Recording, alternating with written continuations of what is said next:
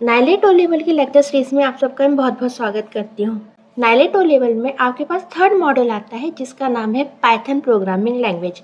एक तरीके से बहुत ही इंपॉर्टेंट सब्जेक्ट है क्योंकि मार्केट में जॉब्स भी अवेलेबल है यहाँ पर, प्लस नाइलेट सिलेबस में भी इसको काफ़ी महत्व दिया गया है और ये सिलेबस काफ़ी अच्छा है।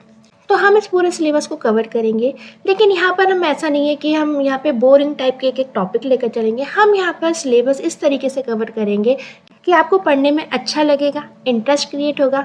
यहाँ पे हम वो सारे इंपॉर्टेंट टॉपिक्स कवर करेंगे जो आपके नाइलेट एग्जाम में पूछे जाते हैं और जो आपके लिए आने वाले भविष्य में भी काम में आएंगे। जब आप सॉफ्टवेयर लाइन में आगे बढ़ते हैं तो पाइथन एक बहुत ही इंपॉर्टेंट लैंग्वेज है। तो चलिए आइए हम यहाँ पे लेक्चर अपना शुरू करते हैं।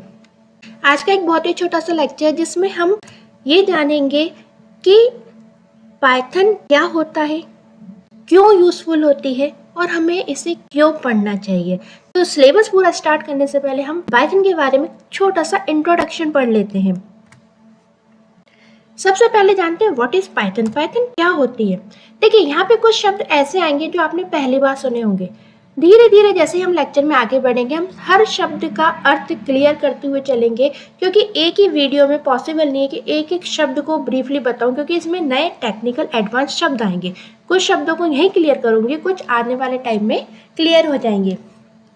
तो सबसे पहले जानते हैं पाइथन क्या होती है। तो पाइथन आज के टाइम की बहुत ही इम्पॉर्टेंट लैंग्वेज है।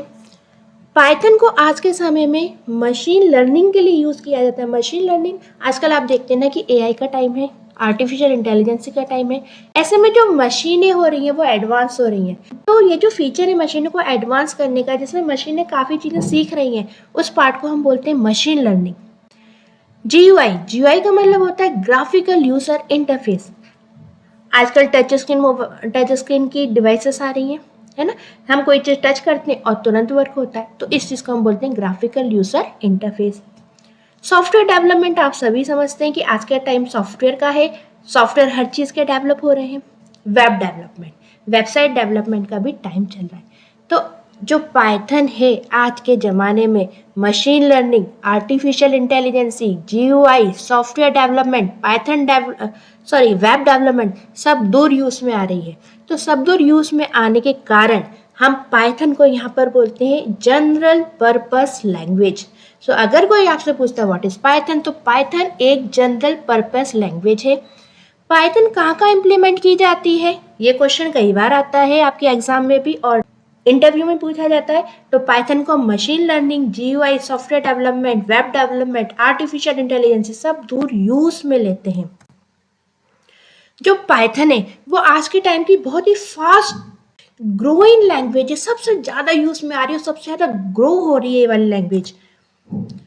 कारण क्या है, क्योंकि पाइथन में अपनी एक बहुत बड़ी लाइब्रेरी है। लाइब्रेरी किसे कहते हैं, जैसे किताबों की लाइब्रेरी होती है उसमें कई सारे ज्ञान होता है, ऐसे जो पाइथन लैंग्वेज है ना, इसमें कई सारे इंपॉर्टेंट कोड्स ऑलरेडी बने हुए रखे हुए हैं जिनको आपको जस्ट यूज करना होता है, तो आपकी वहाँ पे मेहनत बच जाती है। तो इस तरीके की लाइब्रेरी, पूरा ज्ञान पाइथन में ऑलरेडी मौजूद है।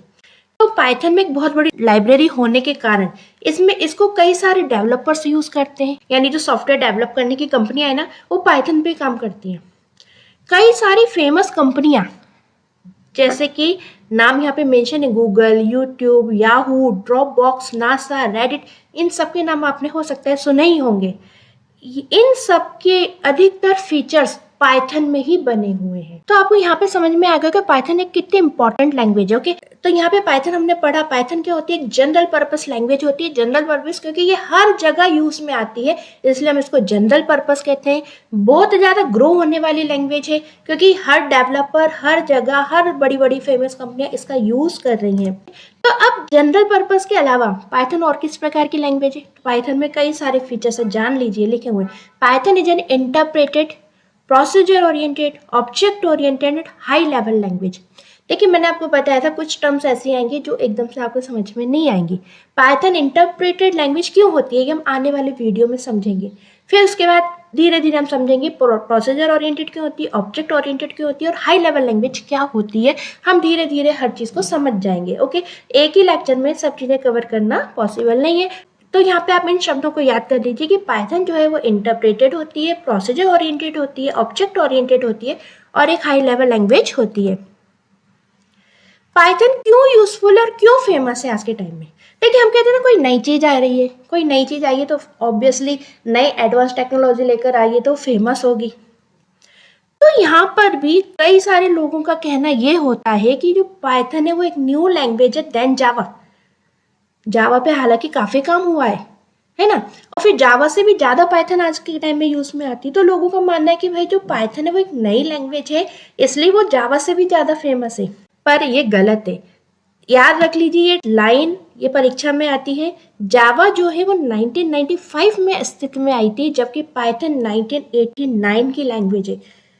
उसके बावजूद ये जावा से ज़्यादा यूज़ में आती है। 1989 में बनी थी, उसके बावजूद क्या कारण है कि आज के टाइम में पाइथन का बहुत ज़्यादा अस्तित्व है? तो यहाँ पर जान लीजिए, जैसे कि हम अभी पढ़कर आए जस्ट, कि जो पाइथन है वो मशीन लर्निंग यानी जो आपके रिसर्च के काम होते हैं, जो आर्टिफिशियल इंटेलिजेंसी होती है, यहाँ पे यूज़ में आती। क्यों यूज़ में आ रही है यहाँ पर? तो देखो, साइंटिस्ट के पास इतना टाइम नहीं होता कि वो भैया हर साल एक नई नई लैंग्वेजेस जो आती जा रही है एडवांस उनको सीखे। जरूरी भी नहीं है जितने भी साइंटिस्ट है वो आपके आईटी या कंप्यूटर लाइन के हो। तो वो लोग क्या करते हैं, जो ईजिएस्ट लैंग्वेज है पाइथन,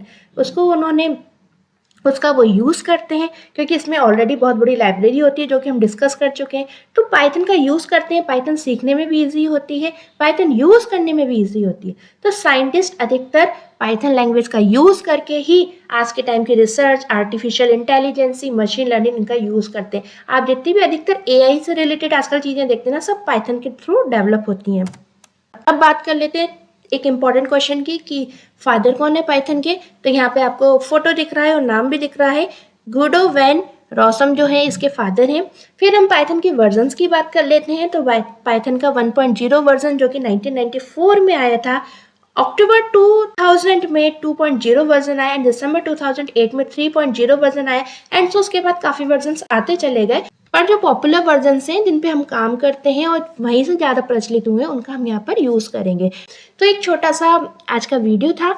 कल से हम सीखेंगे कि कैसे हम पाइथन को हम इंस्टॉल करते हैं, क्यों ये इंटरप्रेटर कहलाती है, और पाइथन से रिलेटेड कई सारी चीज़ें हम कल के वीडियो में सीखेंगे। सो आपको वीडियो पसंद आए तो प्लीज़ लाइक कीजिए, चैनल को सब्सक्राइब कीजिए। मिलते हैं नेक्स्ट वीडियो लेक्चर में। Bye bye.